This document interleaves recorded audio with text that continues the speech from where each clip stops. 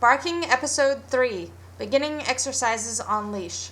When a dog becomes aroused or reactive, it is due to chemicals being released by the brain, affecting the dog's behavior. Not only does the dog's behavior change because of these chemicals and stress hormones, but their heartbeat, respiration, and blood flow will change too. Jerking a dog's neck will not reduce these chemicals. Instead, it will increase them. In this video, the dog I'm using is wearing a padded martingale collar, but I suggest using a front clipping harness to decrease the pressure on the dog's neck, which can make them more aroused on a walk. Exercise 1. Release the pressure. Turn to owner when the leash is tense. Put a piece of food down on the ground so that your dog pulls towards it, and click when your dog gives into the pressure. The timing of the click is when the dog stops lunging forwards and chooses to come with you. You're clicking that choice of coming with you.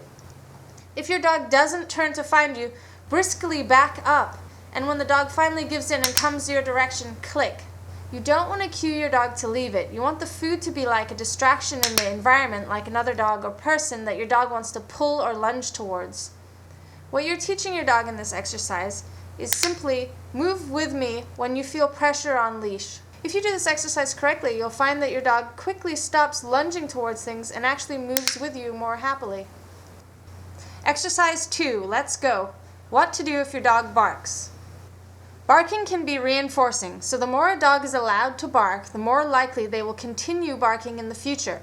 When you and your dog are surprised on a walk and your dog starts to bark, simply say, "Let's go," and move briskly in the opposite direction. You can use this cue whenever you change direction unexpectedly or need to move away from an area that's causing your dog to be over their threshold. With your dog on leash, turn away from your dog saying, "Let's go," and click when they turn to come with you. Let's go. If your dog doesn't turn to come with you, pat your leg or use a kissy noise to encourage your dog. Click when the dog chooses to come with you. Let's go. If you're really having problems, try doing the exercise inside first.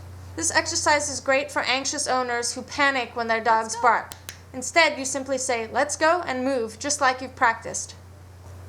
Exercise 3. Treats for calmly looking. Changing your dog's emotional response. The basic concept of this exercise is marking your dog for being calm on a loose leash in the presence of the stimuli, another dog or person, and while looking at the stimuli. Not only are you reinforcing your dog for being calm and relaxed around distractions, but you're using classical conditioning to create new neuron connections in your dog's brain to change their emotional response to these things. You are essentially training your dog to enjoy the presence of these distractions without getting aroused. If you're on a walk with your dog and you see a dog or person, you're going to feed your dog a treat in their mouth while they're looking at that person. Another thing you can do is click and calmly put the treat down on the ground, or calmly feed the dog the treat. Putting the treat on the ground in a slow motion helps to calm the dog down. If your dog is refusing to eat treats, that tells you that the dog is either too aroused to be able to eat, or your treats aren't good enough. So create more distance between you and the stimulus. If the dog starts barking, remember what you learned. All you have to say is "Let's go," and move in the opposite direction. In the beginning, you want the stimulus to be as far away as possible, so perhaps 2 blocks away. As your dog succeeds, you can get closer and closer to the stimulus. However, if your dog ever seems stressed, end the game and go the other way. It's best to have a friend with another dog to help you so that their behavior isn't as unpredictable as you'll find on the street. Here are some helpful tips. 1. When you see a distraction on a walk, cross the street to set your dog up for success. 2. If you have a very fearful or reactive dog, simply change the direction of your walk when you see something that your dog won't be able to handle at this point in their training. 3. Never feed the dog for looking at your treats. 4. Use real meat or cheese for these exercises. The higher value the reinforcement, the faster your dog will learn. If you use low-level treats, your dog might not make any progress. 5. You can use calming signals to help your dog on a walk by yawning or sighing loudly when you see the distraction. You can also walk in an arc around the distraction rather than head-on, which is very unnatural for a dog to do. 6. If you're getting frustrated, better turn and go home immediately than take it out on your dog. 7. Never leave a dog behind a fence where they can see other dogs and people passing by.